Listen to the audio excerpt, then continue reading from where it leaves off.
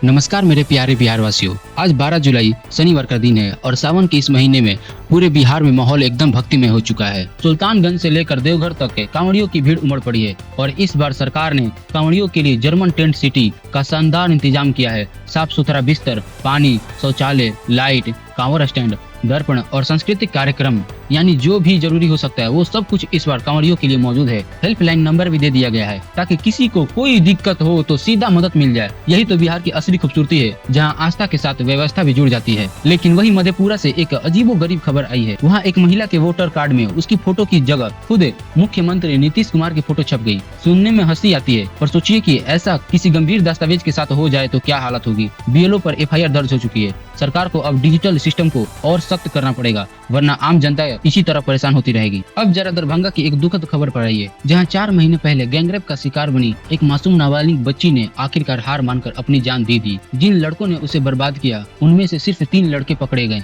बाकी खुले घूमते रहे। घर वाले कहते हैं कि डर और बेबसी ने उसे अंदर ही अंदर तोड़ डाला। ये खबर दिल चीर देती है। एक बेटी जिसका दोष सिर्फ इतना था कि वो मासूम थी, वो समाज की बेरहमी की भेंट चढ़ गई। इसी बीच एक राहत भरी खबर भी आई है। बिहार सरकार ने 1 करोड़ 11 लाख बुजुर्गों को पेंशन के खातों में 1227 करोड़ रुपए ट्रांसफर किए हैं। चुनावी साल में सरकार ने बुजुर्गों के लिए 1100 रुपए पेंशन की व्यवस्था की है। हालांकि सवाल ये भी है कि ये पैसे समय पर पहुंच भी रहे हैं या नहीं, क्योंकि बहुत सारे गाँव में अब भी लोग बैंक के चक्कर काटते रहते हैं। अब औरंगाबाद की एक अजीब प्रेम कहानी सुनिए। यूपी की एक शादीशुदा महिला ऑनलाइन लूडो खेलते खेलते बिहार के एक लड़के से प्यार कर बैठी। शादी की, बच्चे हुए, लेकिन अब वही लड़का उसे छोड़ रहा है। क्या इतना आसान है प्यार और जिम्मेदारी का मतलब भूल जाना? ये सोशल मीडिया का प्यार अब जिंदगी बर्बाद भी करने लगा है। पटना में एक और सनसनीखेज वारदात सामने आई है। रानी तालाब इलाके में बालू कारोबारी रमाकांत यादव की गोली मारकर हत्या कर दी गई। सुबह सुबह अपने बागीचे में घूमने निकले और वहीं गोलियों की आवाज सुनाई दी। पटना पुलिस जांच में जुटी है,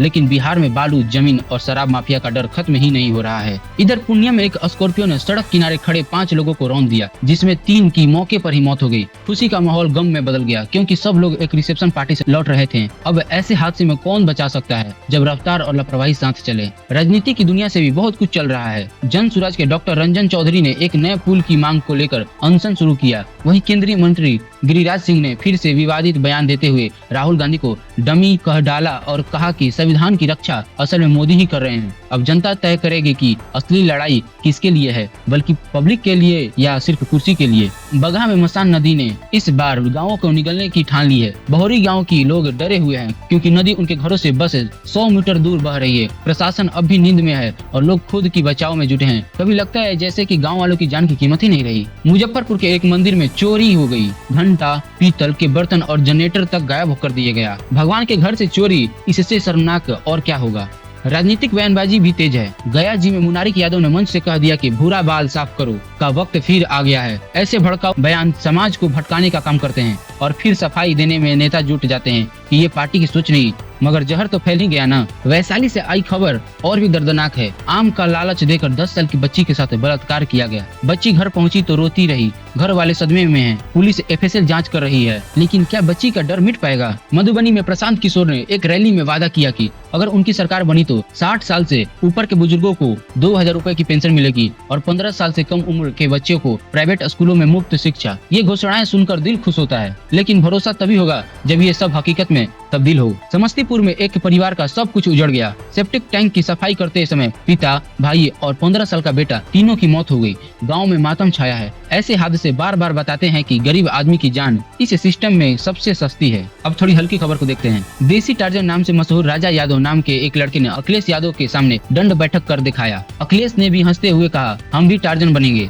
ये दृश्य सोशल मीडिया पर वायरल है और एक नई ताजगी लेकर आया है। पटना में महागठबंधन के बिहार बंद के दौरान आरजेडी नेताओं ने रेलवे ट्रैक पर प्रदर्शन किया। तभी ट्रेन आ गई और सबको दौड़ना पड़ा। विरोध में जान जोखिम में डालना कहाँ की समझदारी है ये। रायपुर के एक मशरूम फैक्ट्री में 97 मजदूरों को छुड़ाया गया, जिन्हें बिना वेतन काम पर रखा गया था। इनमें से कई बिहार के थे और सरकार की रेस्क्यू टीम ने उन्हें वापस घर लाने का वादा किया है। अब बात करें भ्रष्टाचार की, तो डीएसपी अभय कुमार यादव और इंजीनियर प्रमोद कुमार के ठिकानों पर आर्थिक अपराध इकाई की रेड में करोड़ों की अवैध संपत्तियों का खुलासा हुआ है। प्रमोद की आय उनकी तनख्वाह से 309% ज्यादा मिली है यानी सरकारी कुर्सी पर बैठे लोग ही जनता को लूटने में लगे हैं। सुप्रीम कोर्ट ने चुनाव से पहले वोटर लिस्ट अपडेट करने को हरी झंडी दे दी है। इसका मतलब अब नए वोटर भी जुड़ेंगे और पुराने हटाए जाएंगे। ये लोकतंत्र की मजबूती की तरफ एक सही कदम है। सीवान में 16 साल की एक लड़की ने खुदकुशी कर ली। वो पहले सामूहिक दुष्कर्म का शिकार हुई थी। मामला अब पुलिस जांच में है, लेकिन एक और बेटी इसी समाज की हवस के आग में हार गई। बेगूसराय में एक युवक ने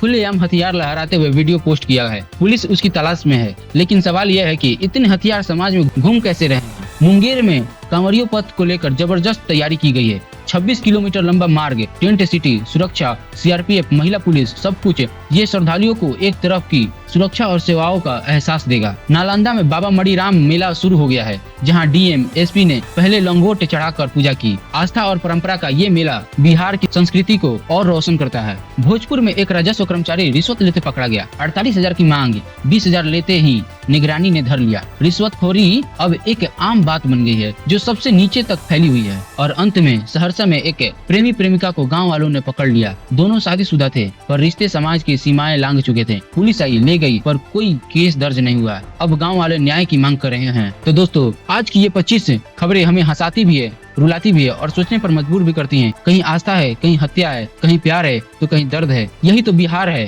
तो दोस्तों, अगर आपको ये खबर अच्छी लगी हो तो हमारे चैनल को जरूर सब्सक्राइब कीजिएगा और बेल आइकन को जरूर दबाइएगा, ताकि हमारे आने वाले हर खबर की अपडेट आपको सबसे पहले पहुंच जाए। मैं अभिषेक बिहार की पवित्र धरती से आप सभी का धन्यवाद करता हूँ। फिर मिलेंगे कल अगले न्यूज एपिसोड में। सावधान रहें, सतर्क रहें, खबरदार रहें। जय हिंद, जय भारत, जय बिहार।